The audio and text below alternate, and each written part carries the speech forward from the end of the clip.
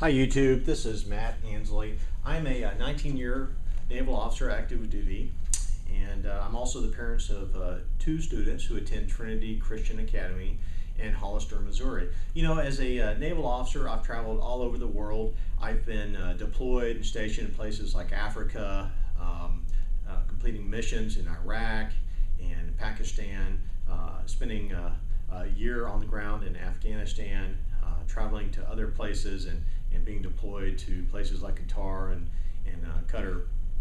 But through those years, I've dealt with a lot of folks, a lot of leadership, briefed a lot of admirals and generals, dealt with foreign dignitaries, foreign officers, and the only reason I really bring this up here real quick is just to tell you that I've got a vast experience with personal relationships and accountability and communications.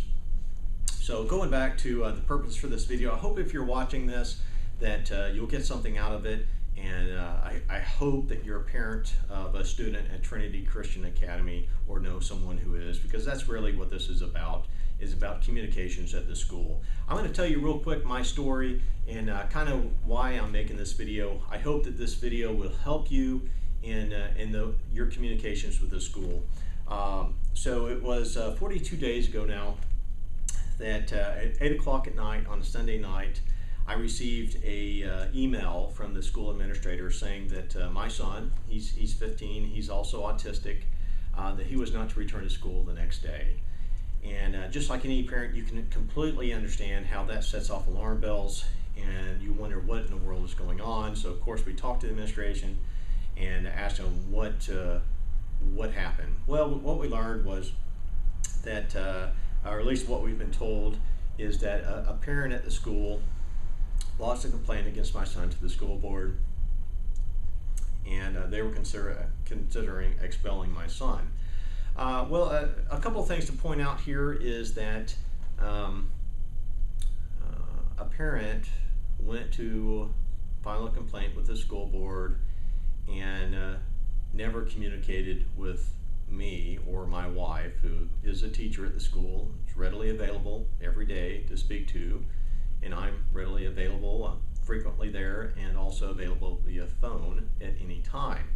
So no attempts have been made to actually communicate with me, the father, to let me know what was going on, if anything, that needed to be corrected. Secondly, it's just a complete lack of communication with the other parents. So back to the school board. The administration recommended we write a letter to the school board, which we did. I spent a lot of time on that, gave a lot of background on the autism behaviors of my son, the disability related behaviors, and the history. And so we submitted that to the board, and basically within just a couple of days, the answer came back through the administrator that my son was not to return to school, as had been emailed earlier. Well, you know, as a parent, I just have to ask you, how would you like to be in your bed late at night on a Sunday evening and receive an email that your child, who's a student at school, is not to return to that school? Not a phone call, just an email. Next, as the board came back with their decision through the administrator, of course, I'm sure that as a parent you'd want to talk to the school board, and so obviously I requested to do that in my letter. I'd like to, you know, find out what's going on here. Rather bizarre circumstances. It's like, what has my son been accused of? What happened that, you know, parents are going directly to the school board? Because it sounds like something pretty bad. And what I've learned is that it wasn't bad, that it was actually pretty minor, and it is disability-related autistic behavior, and that you know, we're facing just a pattern of discrimination for the disability that my son has. So the school board came back and they refused to meet with my wife and I and allow us to plead our case to them. And what gets even more bizarre is that the administration has completely refused to tell us the identity of the members of the school board. So not only will they not allow me to speak to them face to face, but they will not allow me to speak to them via phone. They will not meet with me at all. Their decision is final, or so they say, and their identity remains a secret.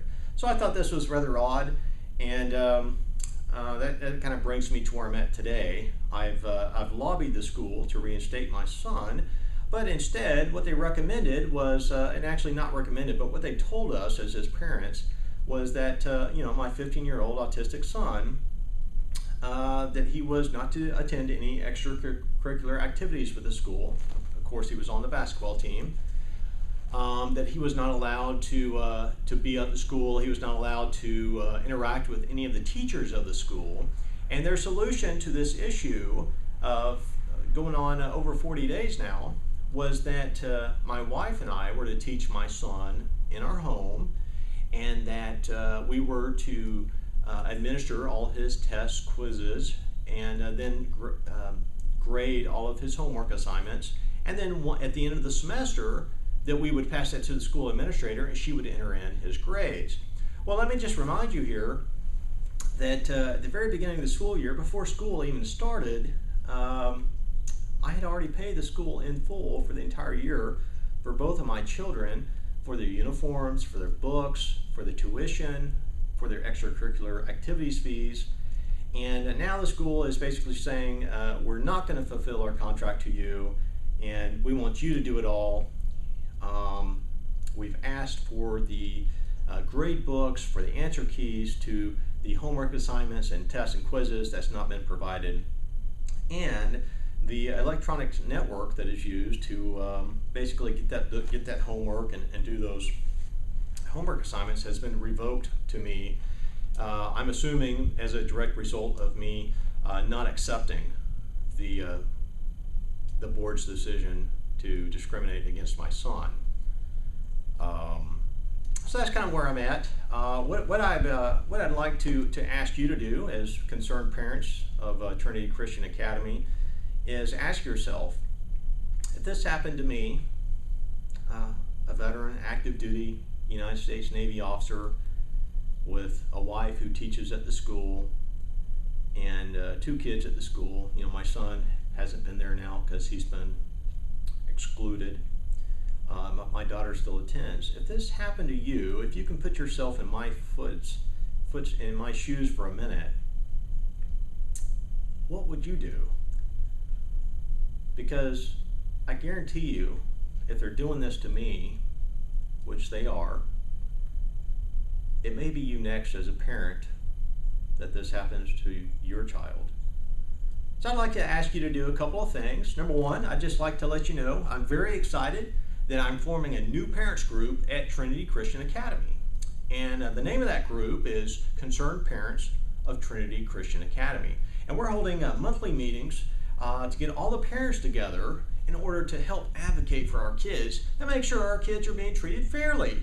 That there's equality and that they're not discriminating against the kids with disabilities. Well, we're going to do that on the last Thursday of every month, and you are all receiving a brand new newsletter, which again I'm very excited about, called Concerned Parents at Trinity Christian Academy. You're going to receive that in the mail here very shortly, and I also have an electronic version of that newsletter I'm going to send to your emails, and it's going to have all the information on there for y'all to meet with us once a month. So I really encourage you to come out and meet with us. Let's talk about how we can ensure that the administration at the school is treating our kids fairly, and that what's happening to me doesn't happen to you. Now, the second thing I'd like to ask you to do is log on to Facebook and take a look at our new webpage called Concerned Parents of Trinity Christian Academy on Facebook. And there, I'd like you to like that page and post some of your own experiences. Next, check out our brand new YouTube channel. And this YouTube channel is titled Concerned Parents of Trinity Christian Academy. Check that out. And we're going to be putting weekly videos on here to basically just try to keep you updated with what's going on at the school. Please email me at concernedparentsoftca@gmail.com. concernedparentsoftca@gmail.com. Really look forward to hearing any of your comments that you have for me. I also want to just encourage you to call our hotline. Let us know what's going on. You can do it completely anonymously.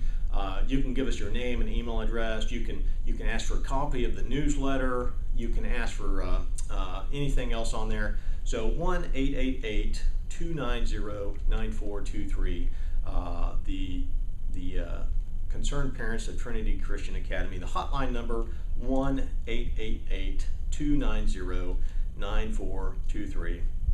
So that's my challenge to you, parents, is to engage and partner together so that we can ensure equality and that our students are not discriminated against and that they're treated fairly.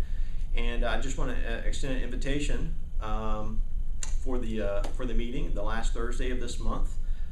We are starting in December of 2016. So check out the newsletter. It's got the address. It's got the time on there, 7 o'clock. We'll plan to meet for about an hour. And bring all your information. Let us know what's going on with your students, how they're doing. And we look forward to meeting with you, working with you, and check back on the YouTube channel here about once a week for updated information.